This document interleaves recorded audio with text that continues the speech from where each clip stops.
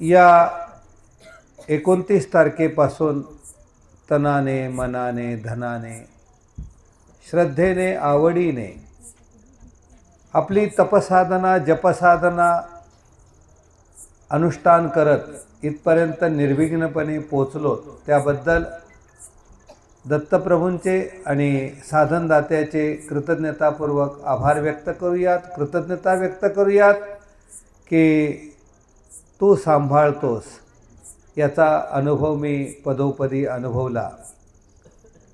उठता बसता चालता फिरता तो भगवंत आमच्यासोबत आहेत.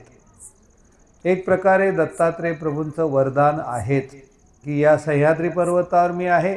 आणि विशेषत्वाने 600 वर्षापूर्वी आमच्या गुरुपरंपरेला जे वरदान मिळालेलं आहे की या बाराखंडीचं दर्शन घेतलं पायी थंडी ऊन वाऱ्या पावसात की परमेश्वर भेटीचा आनंद आपण अनुभवतो. तो आपण सर्वांनी अनुभवला, त्याबद्दल आपण टाळ्या वाजवून परमेश्वरासह या गुरुजनांचे आपण आपला आनंद व्यक्त करूयात. निरातिशय सुख तो आनंदो बोलीजे, असा आनंद आपण प्रत्येकाने अनुभवला. मग कुठे झोपताना असो, कुठे चालताना असो, कुठे खाताना असो, आम्ही माणसं शोधत असतो. गुरुजन प्रत्येकाचे चेहरे तपासत असतात. आणि म्हणून जेव्हा आम्ही त्या पदयात्रेतल्या प्रत्येक सगळ्यांना पाहतो, त्यावेळेस आपण सर्वजण ह्या ईश्वरीच्या प्रेमासी पात्र आहात. मी स्वतःला पाहतो त्यावेळेस असं वाटतं की त्या सर्वांपेक्षा सर्व योग्य हे प्रेमपदासी, परंतु माझ्याकडे मात्र तेवढा उत्तम अधिकार नाही.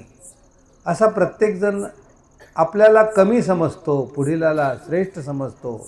अशा या मांदेळीमध्ये श्री दत्तप्रभूंच्या कृपाछत्राखाली आपल्या सर्वांना दत्तात्रेय प्रभूंचं वरदान मिळालं, असं मी या सर्व गुरुजनांच्या मुखातून आलेलं वाक्य आपल्यापर्यंत पोचतं करतो की दत्तात्रेय महाराजांचं आपापल्या परीने आपल्या सर्वांना वरदान लाभलेलं आहे. ते दत्तात्रेय प्रभूंचं वरदान आपल्या जीवनामध्ये स्थायी रूपामध्ये ते वरदान तुमच्या जीवनाला फलदायी ठरो अशा प्रकारचं अभिष्टचिंतन या धर्मपीठावरून आपल्या सर्वांसाठी हे धर्मपीठ करत आहे. आशीर्वाद दिया नहीं जाता हो तो अनायासे मिलता है, असा अनायासे मिळालेला आशीर्वाद या खांडी दर्शनामध्ये आपल्या सर्वांना परमेश्वरासह सर्व परमार्गाचा मिळालेला आहे. सर्व परमार्गाने आपल्यासाठी अभिष्टचिंतन केलं आणि म्हणून आपण निर्विघ्नपणे पोहोचलेलो आहोत. तुमचा प्रयत्न, तुमची जिद्द, तुमची तळमळ आणि इच्छाशक्ती या बळावर आपण परमेश्वर प्राप्त करू शकतो. हा पुरुषार्थ तुम्ही अनुभवला, आम्ही अनुभवला. देवालाही या गोष्टीचा आनंद आहे, कारण परमेश्वर हे सर्व यासाठीच करत असतात. दत्तात्रेय प्रभूंचं वरदान हे आपल्या जीवनामधलं एक सर्वोच्च आनंदाचं धन आहे, जे अनेक पूर्वजांना मिळालं.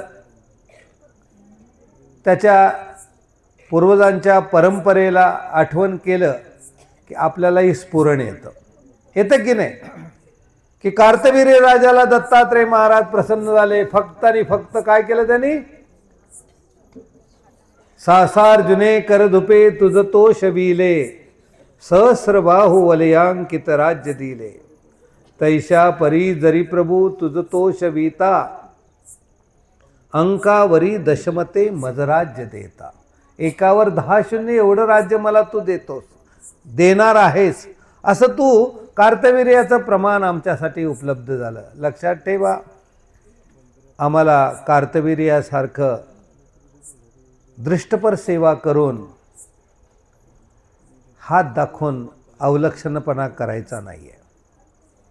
आम्हाला दत्तात्रेय महाराजांची सेवा तर करायची आहे, परंतु ती सेवा आम्हाला निर्हेतुक आणि निष्काम भावनेने करायची आहे. श्री दत्तात्रय प्रभूंचं वरदान हे फक्त तात्पुरतं नको आहे. अरे भगवंत तर एवढं देतो, एवढं देतो, तो त्याच्या झोळीत मावणार नाही एवढं देतो. आजपर्यंत तुमच्या आमच्या झोळीतही देवाने खूप दिलंय, खूप दिलंय. स्मरण करताना दिलेलं आहे, सेवा करताना दिलेलं आहे. दत्तात्रय महाराजांच्या एका लीळेचा आनंद अनुभवताना मिळालेला आहे. परंतु आता आम्ही या गुरुकुळाच्या सान्निध्यामध्ये सज्ञान आहोत. आता आम्ही फक्त हात दाखवून अवलक्षणपणा करणार नाही, हे मागणार नाही आहे. त्याला एक नाही किती वरदान दिले दत्तात्रय महाराजांनी? 7 वरदान दिले. तुम्ही परवाच्या निरूपणात ऐकलं की कार्तवीर्य राजा सगळ्यात भाग्यवंत ठरला, पण तो हतभागी ठरला.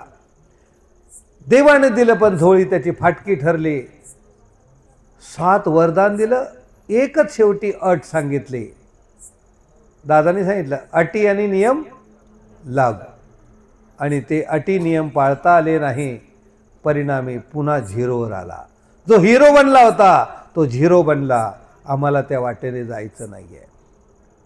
आणि म्हणून आम्हाला कार्तवीर्य राजासारखं वरदान नको आहे. आम्हाला त्या रुचिक ऋषीसारखं वरदान आम्हाला नको आहे. रुचिक ऋषीला दत्तात्रय प्रभूंनी वरदान दिलं. काय मागितलं त्याने? काय मागितलं? म्हातारपणी म्हातारचाळ झाला त्याला, आणि त्याला असं आहे 60च नंतर लग्न करायची इच्छा झाली, आणि त्याला त्या राजाने फसवलं. बस तुमचं आमचं सुद्धा असंच होतं. जेव्हा जे मागायला पाहिजे ते मागता येत नाही. वेळ निघून जाते आणि मग आम्हाला आठवण येते की नाही, आपण हे मागायला पाहिजे.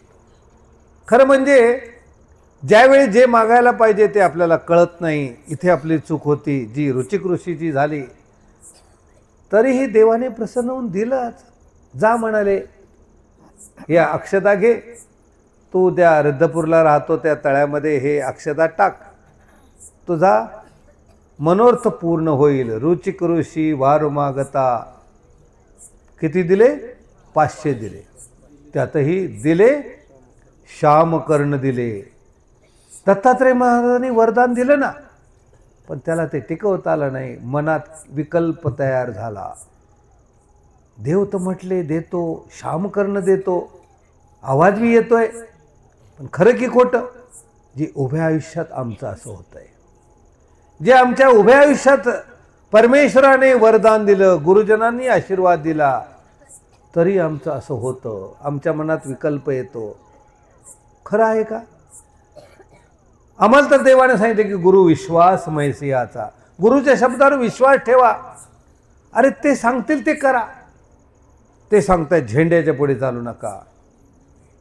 किती सोपी आज्ञा आहे, किती सोपी आज्ञा आहे. त्याने काही गाडीत बसू नका असं नाही म्हटलं.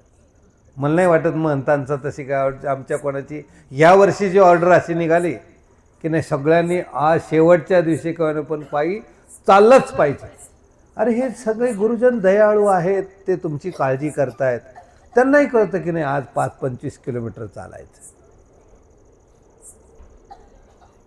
ते एवढे दयाळू असताना सुद्धा आम्हाला मात्र त्याच्यावर विकल्प येतो. नाही नाही, दादांनी ना नियोजनच चुकवलं. आला का नाही विकास? माझ्यासारखं म्हणतो नाही ओ, ते नांदेडकर महानुभावाने बोधरादादांनी हवाई सर्वेक्षण केलं. काय पायी चाललेच नसतील, आम्हाला 27 किलोमीटर चालवावं लागलं, त्यांना काय गाडीत बसले असतील मांडले. अरे असा विकल्प आला जो कार्तवीर्य आपल्या त्या रुचिक ऋषीला आला. खरं की खोटं? दत्तात्रय महाराज प्रसन्न झाले की नाही? विकल्प आला आणि काम बिघडलं. पण तो सावध होता. त्याने पुन्हा विनंती केली. दत्तात्रय महाराजांनी त्यांना पुन्हा वरदान दिलं की चल ठीक. अरे आम्हाला तर हे गुरुजन, आम्हाला हा परमेश्वर वरदान देतोच आहे, देतोच आहे. एकदा नाही, हजारो वेळा देतो आहे. आणि म्हणून आम्हाला दत्तात्रय प्रभूंकडून रुचिक ऋषीसारखं वरदान नको आहे. दृष्टपर नकोच आहे. पैसा आला की आम्ही बिघडतो, संपत्ती आली की आम्ही बिघडतो. आणि म्हणून आम्हाला त्या वाटेने वरदान मागायचं नाही. कार्तवीर्य राजाला नुसती संपत्ती दिली नाही, जानोनी लोकाचे मनोर्थ पुरविसी. येणारा याचक तुला विचारणारच नाही, मागणारच नाही, त्याला काय हवंय ते तुला अगोदर कळेल. आणि एवढं देशील तू, एवढं देशील की तू कितीही दिलंस तरी संपणार नाही. किती वरदान होते. पण नियमाटीमध्ये तो फेल गेला. माणसाच्या जीवनामध्ये सत्तेचा अहंकार येतो. पैशाचा माज आणि सत्तेचा माज ह्या दोन गोष्टी अशा आहेत की ज्या आम्ही पाहिल्यात. दत्तात्रय प्रभूंच्या वरदानामध्ये पाहिल्यात. आपण आपल्या प्रत्येकाने आपल्या जीवनात तपासून पहा, अंतर्मुख होऊन पहा की पैसा आला की गुरगुरायला लागतंच, सत्ता आले की मस्ती वाढलीच. मग ती घरातल्यावर असू द्यात, समाजात असू द्यात, कुठेही असू द्यात. आणि म्हणून आम्हाला या प्रकारचं वरदान परमेश्वराकडून नको आहे. दिले आम्हाला देवाने, हे वरदानसुद्धा दिलेलं आहे. सत्ताही दिली, संपत्ती दिली, पण ती पिकून खाण्यासाठी दिली, ती विकून खाण्यासाठी दिलेली नाही. लक्षात ठेवा, आम्हाला जे जे वरदान देवाने संपत्तीच्या रूपाने, संततीच्या रूपाने, संतती संपत्ती असता हरिचरणी जयाची चित्ती. संतती आहे, संपत्ती आहे, परंतु ती सर्व माता मदळसेसारखी आम्हाला काय करायची आहे? चांगल्या परमेश्वराच्या उपयोगी लावण्यासाठी उपयोगीत आणायचं आहे. हे दत्तात्रय प्रभूंनी वरदान तुम्हा आम्हाला दिलेलंच आहे. संपत्ती दिलेली, संतती दिलेली आहे, सत्ताही दिलेली आहे, परंतु त्या सत्तेचा उपयोग आम्हाला करायचा आहे. हे तुम्हा आम्हाला सुद्धा वरदान मिळालेलं आहे. आज कोणाकडे काय नाही आहे संपत्तीच्या बाबतीत आणि सत्तेच्या बाबतीत, तर काही अडचणच नाही आहे. एक काळी होती, आज मात्र तशी अडचण नाही आहे. पण तुमचा पैसा तुमच्याकडे टिकत नाही आणि तुमची जी सत्ता आहे ती सत्ता स्थिर नाही.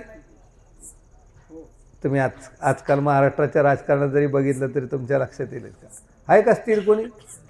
पार घरातल्या कुटुंब व्यवस्थेपासून देशाच्या व्यवस्थेपर्यंत जर आपण पाहिलं तर सत्ता ही स्थिर नाही आहे. आणि म्हणून आम्ही जेव्हा परमेश्वर ही सत्ता मानू की आमच्या सगळ्या गोष्टींवर परमेश्वराची सत्ता आहे, जे मला मिळालेलं आहे ते भगवंताचं आहे, माझं म्हणू नका. इथून सुरुवात केलं तर खूप काही दुरुस्त होईल. दत्तात्रय प्रभूंचं वरदान हे तुम्हाला स्थायी रूपात पाहिजे. एवढा साधा सोपा उपाय काय म्हणा आहे, ते सगळं देवा तुझं आहे, हे सगळं तुझं आहे. देवाने दिलं ते माझं आहे आणि ते फक्त माझं नाही, मजकडील आहे. आमच्या महानुभाव पंथामध्ये म्हणण्याची पद्धती काय, मजकडील. ही पोथी पुस्तकसुद्धा माझी नव्हे, जया गोसावी देवविली तयाची. आणि म्हणून दत्तात्रय प्रभूंच्या परमेश्वराच्या वरदानामध्ये आपण हा आनंद अनुभवूयात की हे दत्तात्रय महाराजा, तू दिलंस, एवढं दिलंस, एवढं दिलेलंच आहे. माझ्या भाग्यातलंही दिलं, माझ्या भाग्यात नाही तेही दिलं, पात्रासी दिले, अपात्रासी दिलं, मागताही दिलं, न मागताही दिलं. त्यात मीही आहे.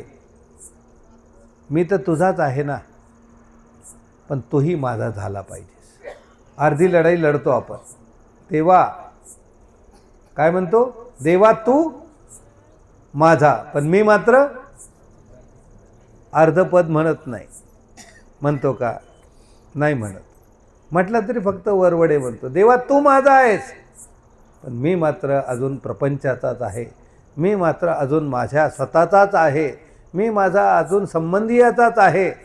आणि म्हणून या सगळ्या प्रक्रियेमधून आपल्याला पुढे वाटचाल करण्यासाठी दत्तात्रय प्रभूंचं जे वरदान मिळालेलं आहे ते टिकवायचं आहे आणि वाढवायचं आहे. त्यासाठी सुद्धा देवा तू माझा आणि मी तुझा हा आनंद अनुभवूयात. त्या वाटेने आपण जेव्हा वाटचाल करू तेव्हा दत्तात्रय प्रभूपासून मिळालेले वरदान आम्हाला स्थायी टिकवता येईल. पिकून खायचं आहे आम्हाला, विकून खायचं नाही आहे. आणि विकून खाण्याच्या प्रक्रियेमध्ये आपली फसगत होते, ती दोन प्रकाराने होते. विकून खाण्याच्या प्रक्रियेमध्ये आम्ही फक्त म्हणतो की आम्ही परंपरेचे उपदेशी आहोत, परंपरेचे आम्ही उपदेशी आहोत, किंवा आम्ही उपदेश घेतलेला आहे, आमच्याकडे एवढी देवपूजा आहे, परंतु ती पिकवत नाही.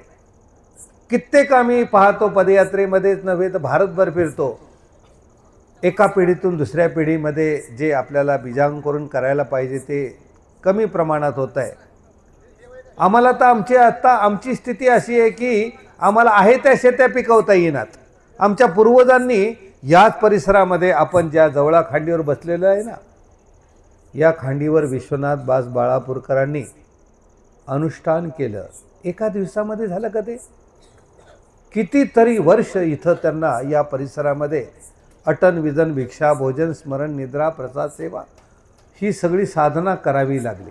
आणि करता करता या संपूर्ण परिसरामध्ये भावसार समाज आणि गवळी समाज कुठून पासून अनुयायी आहे? विश्वनाथ बास बाळापूरकरांपासून आज पावे तो हा भावसार परंपरेचा परिवार आणि गवळी समाजाचा परिवार काय झालेला आहे? महानुभाव पंथीय संस्काराने दृढ झालेला आहे. वाजू की आपण त्यांच्यासाठी टाळ्या करा. अरे आमच्या या पूर्वजांनी महानुभावांनीच हे बी पेरून आपल्या सर्वांच्या हृदयामध्ये पेरलेलं आहे. परंतु तुम्हा आम्हा सर्वांची आज नैतिक जबाबदारी आहे. काय? ते आमच्या पूर्वजांना मिळालेलं वरदान आहे, ते आम्हाला काय करायचं आहे? फक्त टिकवायचं आहे. वाढवण्याची जबाबदारी तर आज मितीला आमच्याकडून शक्यच नाही आहे. परंतु आहे ती टिकवण्याची जबाबदारी आपल्या सर्वांची कर्तव्याची. वडलारची ती इस्टेट विकतो का आपण? नाही. भर का टाकता आले तर किमान 1.25 लाख पंथ असलेल्या महानुभावांच्या पंथ परंपरेमध्ये आता आपण पाहतो किती साधू आहेत? 8-9 हजार जास्तीत जास्त साधू आहेत. म्हणजे 1.25 लाख पंथ की जय असं म्हणण्याची आमची परंपरा आहे. आणि म्हणून दत्तात्रय प्रभूंनी नाही, भगवंताने आपल्या सर्वांना दिलेले जे वरदान आहे ते धर्मासाठी आपण वेळ देऊयात. दिव्यापासून दिवा लावला तर दिव्याचा प्रकाश कमी होत नाही. मी माझ्या जीवनामध्ये अनेक एकाला तरी उपदेशी करेल, कारण स्वनिष्ठापेक्षा परनिष्ठ प्रेमोपाचा उपाय जोडणे ही एक सर्वोच्च अशी साधना आहे. बघा, लक्षात ठेवा. परंतु तो आपण जो आनंद मिळालेला आहे दत्तात्रय प्रभूपासून, परमेश्वर साधनदात्यापासून मिळालेलं हे जे दान आहे ना, हे दान आपल्याला वाढवायचं आहे. आणि म्हणून वाढविण्यासाठीच्या काही गोष्टीची पथ्य आपल्याकडून बाळगल्या जात नाही. दत्तात्रय प्रभूंनी शंकराचार्याला वर दिला, गोरक्षनाथाला बोध दिला, असं आपण म्हणतो ना. ती आरती बघा, एक गोरक्षासी बोध करोनी शंकराचार्या वर दिदला. प्रातःकाळ झाला, नाही स्मरण नाही, उठवणी प्रातःकाळी तुम्ही श्री दत्तासी ओवाळा. ती आरती त्याच्यामध्ये हे वाक्य येतं काय? गोरक्षासी बोध करोनी. गोरक्षनाथाला सुद्धा दत्तात्रय प्रभूंपासून बोध झाला. बोध झाला म्हणजे पहिल्यांदा परमेश्वराची ओळखच व्हायला तयार नाही कोणाला. परमेश्वर आम्हाला ओळखायलाच येत नाही आहे. त्यांनी ओळख करून दिली तर परमेश्वराची ओळख होते. आणि म्हणून आमची सुद्धा फसगत अशी झालेली आहे, कवन मनुष्य केसना पात्र, ते तुम्ही आम्ही सांगू शकत नाही. लक्षात ठेवा, दत्तात्रय प्रभूपासून भगवंतापासून आपल्याला जे वरदान मिळालेलं आहे ते जर तुम्हाला टिकवायचं असेल तर साधा सोपा उपाय आहे. सर्व योग्य हे प्रेमपदासी. माझ्यापेक्षा सर्व श्रेष्ठ आहेत, मी सगळ्यांपेक्षा कमी आहे. पुढीलाचे गुण घ्या, आपला दोष पहा. पुढीलाचा दोष पाहण्याची प्रवृत्ती तयार झाली की मग ते तुमचं मिळालेलं वरदान तुम्हाला ते टिकवता येत नाही अशी वस्तुस्थिती आहे. ज्यापासून जो गुण वर्तलेला आहे त्याच्यावर जर तुम्ही विपरीत झालात तर त्याच्यापासून झालेलं सगळं शास्त्र, त्याच्यापासून मिळालेलं सर्व ज्ञानधन, त्याच्यापासून मिळालेलं सर्व साधन तुमचं पुन्हा झिरो होणार आहे. आणि म्हणून लक्षात ठेवा, परमेश्वरापासून मिळालेली जी वरदान आहेत ती आम्हाला टिकवायची आहेत आणि वाढवायची आहेत. त्यासाठी या परमार्गावर बुद्धी ठेवा. परमार्गावर आता कारण सन्निधान नाही आहे, सन्निधानात प्रत्यक्ष परमेश्वर अगोदर मग परमेश्वर परायण आहेत. आता अगोदर परमेश्वर परायण आहेत. आणि म्हणून कोणी असो, चिन्ह मात्र जो भजे मुरारी, ही भावना ठेवून जर आम्ही आमच्या जीवनाची वाटचाल ठेवली तर तुम्हाला मिळालेलं वरदान ज्ञान वरदान आहे. नाम हे वरदान आहे. तुम्हाला भगवंताच्या कृपेनेच गुरुजनांच्या माध्यमानं ज्ञान मिळतं आहे.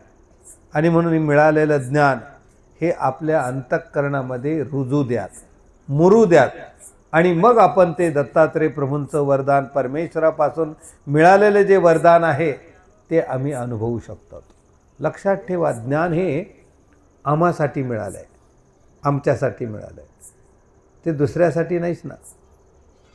पण आजकाल आपण ते ज्ञान आपल्यापेक्षा उपयोगात आणण्यापेक्षा दुसऱ्यासाठीच उपयोगात आणतो, आणि इथे आपली चूक होते.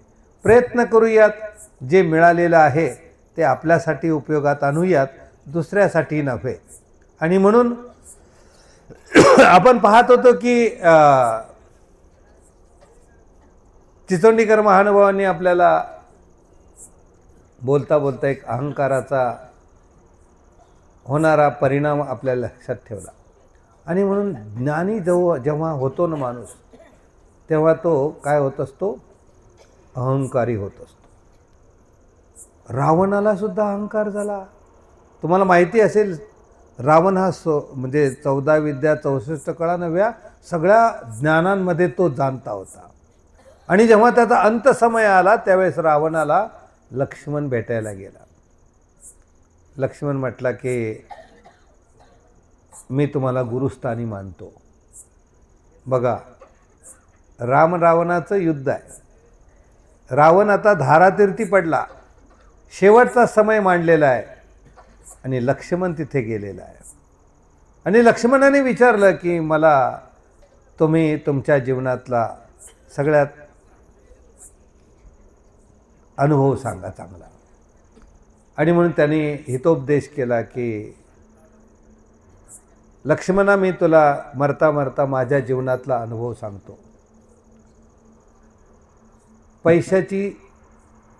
पैशाचा अहंकार आणि सत्तेचा अहंकार याला तरी काही कारण असू शकतं, परंतु विद्येचा जेव्हा अहंकार मला आला आणि म्हणून मी माझा सर्वनाश करून घेतला. आजकाल असं होतं, 4 अक्षर प्राप्त झाले, त्यांना काय येतं, त्यांच्यापेक्षा मला येतं, अशी प्रवृत्ती बळावत चालली. लक्ष्मणाला रावणाने हितोपदेश करताना सांगितलं की लक्ष्मणा, मला सुद्धा असाच माझ्या विद्येचा गर्व होता. तुम्हाला माहिती की शंकराचार्याला वरदान दिलं, कोणी दिलं? दत्तात्रेय प्रभूंनी दिलं. का दिलं? काल दादांनी सांगितलं. कारण असं होतं की भट्टाचार्य हे कर्मसिद्धांतात वावरणारा होता, शंकराचार्य हे अद्वैत सिद्धांतामध्ये वावरणारे होते. झालं, हे म्हणे माझं खरं, ते म्हणे माझं खरं. होतं की नाही? आमचंही भांडण दररोज तुम्ही ऐकतच असाल पदयात्रेमध्ये होतं. ते म्हणतात असं, ते म्हणतात तसं. आणि मग भट्टाचार्य आणि शंकराचार्य या दोघांचा वाद झाला. वादामध्ये ते म्हणाले की कर्मसिद्धांत खरा, शंकराचार्य म्हटले की संन्यास मार्ग खरा. आणि मग एका शब्दात भट्टाचार्यांनी त्याला अडवलं. कोण्या शब्दात? म्हणाले तुमचा संन्यास आश्रम जर श्रेष्ठ आहे तर तुम्ही सांगता की बालाश्रम, ब्रह्मचर्य आश्रम, गृहस्थाश्रम आणि मग संन्यास आश्रम. आता मरी गाय बम्मन को दान, काय संन्यास आश्रममध्ये करणार आहे तुम्ही? तुम्ही म्हणाले संन्यास घेतल्यानंतर संन्यास आश्रमामध्ये तुम्ही काय पुरुषार्थ करू शकता? इथे शंकराचार्य अडले आणि भट्टाचार्यांनी जयतपत्र त्यांच्याकडून लिहून घेतलं. शंकराचार्याला ही गोष्ट खूप सल्ली. माणसाला जेव्हा ज्ञान होतं ना तेव्हा त्याला तो अपमान सहन होत नाही. त्यांचं तसं झालं. आणि मग काय करावं, काय करावं, काय करावं? मग त्यांच्या गुरूंनी सांगितलं की दत्तात्रेय प्रभूंना शरण जा. दत्तात्रेय प्रभूंच्या शरणार्थीसाठी दत्तात्रेय प्रभू म्हणाले की हो, तुझं हे दर्शन काय होईल? लोकी मान्य होईल. पण याला कुठं गप्प बसवतं? याला काय गप्प बसवणं? आता दत्तात्रेय प्रभूंचं वरदान मिळालं, मग खुमखुमी येतेच. मग पुन्हा भट्टाचार्यांकडे गेला. भट्टाचार्यांना त्यावेळेस क्षेपणिकांच्या चर्चेमध्ये भट्टाचार्य हरला होता. आणि भट्टाचार्यांनी नंतर पुन्हा जयतपत्र मिळवलं आणि 18 क्षेपणिकांना कढईमध्ये टाकलं होतं. कढईमध्ये ते टाकलं. माणूस जेव्हा गर्वाने वाढत जातो ना, काय काय अनिष्ट करू शकतो. भट्टाचार्याने काय केलेलं होतं? अहंकार वाढला होता त्याचाही विद्येचा, आणि त्याने क्षेपणिकांना हरवलं. क्षेपणिकांना हरवल्यावर लक्षात आलं की आपण तर ब्राह्मणांना मारलं. आणि मग त्याने गौरांजन घेतलं होतं. जे चरित्र वाचतात त्यांना माहिती आहे शेवट त्याने गौरांजन घेतलेलं होतं, गौरांजनाने तो अर्धा जळलेला होता आणि शंकराचार्य तिथे जाऊन पोहोचले. ते म्हणे बोल आता, मी तुझ्याशी चर्चा करायला आलेलो आहे. मला तर दत्तात्रेय महाराजांनी वरदान दिलंय, आता तू माझ्याशी बोल, आज मी तुला हरवतो. आमचंही तसंच होतं कधी कधी. अरे परमेश्वराने दिलेलं त्याचा उपयोग स्वतःसाठी कर ना, स्वतःच्या उद्धारासाठी कर. आम्ही करवतो, दुसऱ्याला किती येतं, बाबाला किती येतं जरा विचारू. ही लीळा बाबाला किती येते? बाबाला हे वचन येतं का? बाबाला हा निर्णय येतो का? नाही. पण आम्ही अरे दुसऱ्याची परीक्षा पाहण्यापेक्षा स्वतःला ते आतमध्ये मुरू द्यात आणि स्वतः त्याचा आनंद अनुभवूयात. परमेश्वरापासून मिळालेली वरदानं तुम्हाला टिकवायची आहे. तुम्हाला त्या देवाने दिलेलं वरदान आहे, ते देवाने आपलेनी श्रीमुखे नाही जमलं तरी अधिकरणाच्या मुखाने इथे असलेल्या प्रत्येकाला बोध झालेलाच आहे. आपण त्या बोधवंतासाठी, वासनिकासाठी टाळ्या वाजूयात की दत्तात्रेय महाराजांचं नाही साधनदात्याचं वरदान आहे. इथे उपस्थित असले म्हणून ते इथपर्यंत पोहोचले. इथपर्यंत पोहोचलेच नसते जर तुमच्या जीवावर बोध झालेला नसता, जर तुम्हाला उमट झालेला नसता की खांडी दर्शन हे आमच्या जीवनातलं एक सर्वोच्च साधन आहे, त्याच्यामुळे आम्ही कर्मनाशाने आणि योग्यतेने परिपूर्ण होणार आहे. मी तुम्हाला सांगत होतो की भट्टाचार्य म्हटलं की माझ्याकडून आता शक्य नाही, मी तर काही तुला जयतपत्र देऊ शकत नाही. मग म्हणाले मला जयतपत्र पाहिजे. म्हणाले ठीक आहे, माझा शिष्य प्रभाकर आहे, तो तुला जयतपत्र देईल. प्रभाकरकडे गेले. ते म्हणाले तू जिंकला तर मी जिंकलो, तू हरला तर मी हरलो. ठीक आहे म्हणाले. आता प्रभाकर शास्त्राचा अभ्यास करणारे त्यांचे शंकराचार्याचे शिष्य आणि इतर शंकराचार्यांची झाली चर्चा सुरू. ऐन वेळ थोडंसं तुम्हाला मी तेवढ्याकरता एक संदर्भ सांगतो की गर्वाचं घर कसं खाली होतं. आणि मग त्या प्रभाकराने काय केलं, या शंकराचार्यापुढे गुगली बॉल टाकला. अरे म्हणाले तू बालब्रह्मचारी? म्हणाले हो बालब्रह्मचारी. मग तुला कामशास्त्राचं कुठं काय माहिती आहे? तुला कामशास्त्रामध्ये बोल. आणि कामशास्त्रामध्ये शंकराचार्य हे बाल संन्यासी असल्यामुळे ते हरले तर या गोष्टीचा त्यांना खूप राग आला.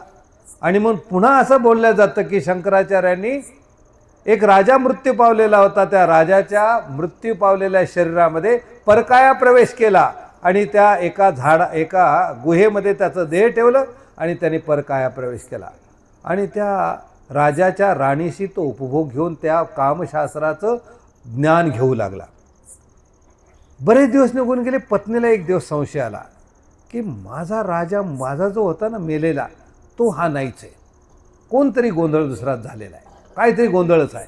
आणि म्हणून त्याने प्रधानाला सांगितलं की तू सगळीकडचे डोंगर तपास, एखाद्या गुहेमध्ये कोणी जर मेलेलं असेल तर ते त्याला जाळून टाक. झालं.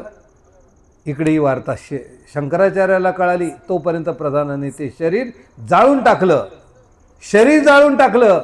परंतु धावत पळत मंत्र सामर्थ्याने शंकराचार्य तिथे जाऊन पोहोचला तर सगळं कोथळा झालेला होता. म्हणजे अर्ध शरीर ते सुद्धा जळलेलं होतं. असं सांगितलं जातं की हे दत्तात्रेय प्रभूंनी वरदान देऊनही शंकराचार्याचं जे दर्शन आहे ते मान्यतेला पावलं नाही. त्याचं कारण आहे त्याला ते टिकवता आलं नाही. आणि म्हणून बंधूंनो, तुम्हाला परमेश्वरापासून मिळालेलं वरदान आहे तेही ब्रह्मविद्या ज्ञानाचं, जे अवरविद्येचं नाही परविद्येचं ज्ञान तुम्हाला मिळालेलं आहे. त्याला तुम्ही टिकवण्यासाठी परमेश्वरापासून मिळालेलं ज्ञान आहे ते दत्तात्रेय प्रभूंनी यदुराजाला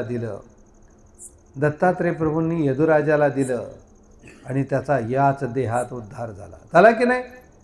यदुरायासी ज्ञान दिदले मोक्ष मार्गाचे आणि म्हणून उद्धरण होई जीवाचे. आणि म्हणून यदुराजासारखं ज्ञान आम्हाला टिकवायचं आहे. ते स्वतःच्या उपयोगीसाठी लावायचं आहे. दुसऱ्यांच्या उद्धारासाठी उपयोगी लावता आलं तर ते ज्ञान आमच्या जीवनामध्ये आम्हाला द्यायचं आहे. त्याचप्रमाणे माता मदलसेने परमेश्वर दत्तात्रेय प्रभूपासून ज्ञान झालं आणि आमच्या स्वामींपासून मिळालेली वरदानं तर तुम्हाला माहितीच आहेत. पण दत्तात्रेय प्रभूपासून मिळालेली जी वरदानं आहेत ती कोणी टिकवली? राजा यदुराजाने आणि माता मदलसेने टिकवली. ज्ञानाने आणि प्रेमाने आपण जेव्हा ज्ञान जाणे तो जाणता नव्हे, क्रिया करीत असे तो जाणता, जो किंकर धर्मी वर्तत या परमार्गातले संदेह फेडेत जेव्हा आपली साधना साध्य करतो ना, मग तो म्हणे तो अर्थ तैसाची होय. संयोजकांनी सांगितले की आज पाऊस येणार नाही, आलाच नाही पाऊस. आला की नाही प्रतीती? वाजवा की टाळ्या जरा त्याच्यासाठी. खरं म्हणजे आमच्या सकट सगळ्यांना आम्हालाही चिंता असतेच की नाही तुमची. कुठली गोष्ट आहे ती? आमचं ठरलेलं. कल्पना करा की 2 दिवस सलग पाऊस पडला आणि तिसऱ्या दिवशी सगळे आमच्याकडे यायला लागले, बाबा आता कसं करायचं. मग नंतर आम्ही बसलो होतो. मला वाटतं यायलाच नाही का ते. मला वाटतं पुढची खांड होती पारडी, आहे ना, मुळावा पारडी खांड होती. नियोजन आमचं असं चाललं होतं की आता कालच्या मुक्कामी आपण रपाटून पाऊस घेतलाच की नाही. कोणत्या खांडीला? खांडीच्या पुढे उमरखेडला आल्यानंतर पुढच्या कुपटीला. आणि सगळेच तुमच्या आमच्या सकट सगळेच हलदिवाल झाले. पण लक्षात ठेवा, आपल्या सर्वांच्या सोबत परमेश्वर आहेच आहे. पालखीत फक्त सुपारी चढवली आणि ठरवलं की पुढे अनेकांच्या भजन पूजनाच्या क्रिया आहेत आणि आम्ही ही सर्व पदयात्रा निर्हेतुक बुद्धीने नियोजनपूर्वक ठरवलेली आहे. काही आमचा याच्याशी स्वार्थ नाही, न चालणाऱ्याचा स्वार्थ आहे, न करवणाऱ्याचा स्वार्थ आहे. हे देवा आपणच समर्थ आहात. आणि बस दादांच्या मुखातून निघालं की काय हरकत नाही, पाऊस तर पाऊस. सगळे म्हटले की चला एक दिवस हाही आनंद घेऊ, जेवढं भिजू ना तेवढं आपलं पापच नासणार आहे, जेवढा त्रास तेवढा आमचा फायदाच आहे. हे आम्हाला कळलं पाहिजे की विधीमध्ये जेव्हा कष्ट मिळतात, विधीमध्ये जेव्हा त्रास होतो. आज समजा आपण 25-27 किलोमीटर आलो, आनंदच आहे की नाही? वाटला की नाही आनंद? पण ते जर प्रपंचासाठी केलं असतं तर ते नरकालाच कारणीभूत झालं असतं, न तर त्याच्यातून काय मिळालं असतं. पण आज तुम्ही पदयात्रे करू म्हणून जेव्हा चाललात, त्या विधीने चाललात, गुरुजनांच्या आज्ञेने चाललात, निश्चितच त्या परमेश्वराचं तुमच्यावर वरदान आहे आणि म्हणूनच तुम्ही चालता आहात. चालत राहा, चालत राहा, चालत राहा, एवढा हितोपदेश या वरदानाच्या रूपाने आपल्याला करतो आणि झालेली सेवा श्री दत्तात्रेय प्रभूंच्या चरणी समर्पित करतो. धन्यवाद.